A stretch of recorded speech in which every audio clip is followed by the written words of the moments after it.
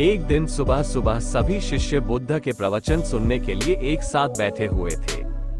कुछ देर बाद बुद्ध अपने साथ एक रस्सी लेकर आए। तथागत के हाथ में रस्सी देखकर सभी शिष्यों को हैरानी हुई।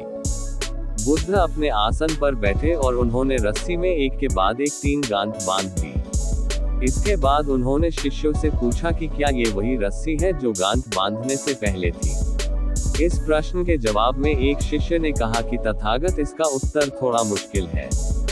ये हमारे देखने के तरीके पर निर्भर करता है।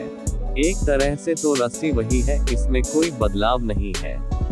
एक अन्य शिष्य ने कहा कि अब इसमें 3 गांठें लगी हुई हैं, जो कि पहले रस्सी में नहीं थी। इसे बदला हुआ भी कह सकते हैं। कुछ शिष्यों ने कहा कि वास्तव में मूल रूप से रस्सी वही है, लेकिन बदली हुई दिखी है, लेकिन इसका मूल स्वरूप बदला नहीं है। शिष्यों की बात सुनकर बुद्ध ने कहा कि आप सभी सही बोल रहे हैं। अब मैं इन गांठों को खोल देता हूँ। ये बोलकर बुद्ध रस्सी के दोनों सिरों को खींचने लगे। बुद्ध ने पूछा कि क्या इस प्रकार रस्सी की गांठें खुल जाएंगी? सभी शिष्यों ने कहा कि नहीं, ऐसा करने से तो गांठें और ज्यादा कस जाएंगी। इन्हें खोलना और मुश्किल हो जाएगा। बुद्ध ने कहा कि ठीक है, अब एक अंतिम प्रश्न, इन गांठों को खोलने के लिए हमें क्या करना होगा?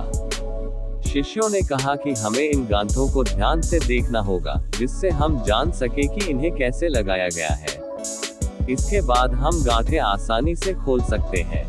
बुद्ध इस जवाब से संतुष्ट हो गए और उन्होंने कहा कि ये सही बात है। हम परेशानियों में फंसे रहते हैं और बिना कारण जाने ही उनका हल खोजने लगते हैं, जबकि हमें पहले समस्याओं के मूल को समझना चाहिए।